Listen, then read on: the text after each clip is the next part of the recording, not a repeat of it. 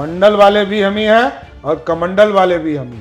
जब तक इस देश में अन्याय होता रहेगा तब तक इस देश में आरक्षण जारी रहेगा। मोदी जी के नेतृत्व में कोई नया प्रयोग नहीं हो रहा है। 1996 में समता पार्टी और भाजपा का गठबंधन हुआ। भाजपा तो बहाल करती ही रही है हमेशा से।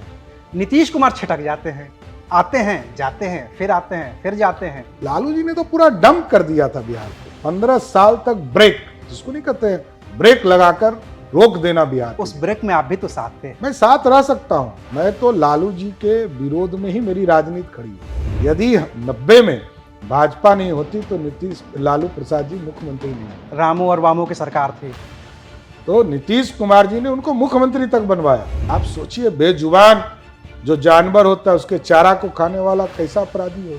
भारतीय जनता पार्टी वहां पहुंच गई है जहां किसी ने कल्पना नहीं की थी, जैसे त्रिपुरा, जैसे नॉर्थ ईस्ट, कर्नाटक में आपकी सरकार बन गई। ये बिहार इकलौता ऐसा हिंदी भाषी राज्य है खासतौर से जहां पे भारतीय जनता पार्टी अपने दम पे सरकार नहीं बना पाई है। कहां कमी हो जाती है कि बीजेपी अपने दम पे सरकार नहीं बना पाई? कमी नहीं है, हम लड़ेंगे जीतेंगे। मेरे पिताजी ने कांग्रेस इसी के लिए छोड़ा था क्योंकि कांग्रेस पार्टी ने ना उनको अध्यक्ष बनाया ना विरोधी दल का नेता बनाया। मैं तो 88 दिनों तक लालू जी के अत्याचार से जेल में रहा। ह्यूमन राइट्स ने उन पर कार्रवाई किया और मैंने तो सार्वजनिक माफी मंगवाया लालू प्रसाद जी से। सनातन धर्म को आगे बढ़ाने का काम मोदी सरकार कर रही है। तो ये सनातन धर्म मथुरा और काशी से भी बढ़ेगा क्या? क्यों नहीं बढ़ेगा? जहां अन्याय होगा वहां राम की पूजा होगी, कृष्ण की पूजा होगी, भगवान शंकर की पूजा होगी। अच्छा ये बताइए, अब बिहार में 40 में कितनी सीटें? 40 की 40 सीटें जीतेंगे। किशनगंज भी जीत जाएंगे। पिछली बार निकल गई थी आपके हाथ एकदम से। निकले।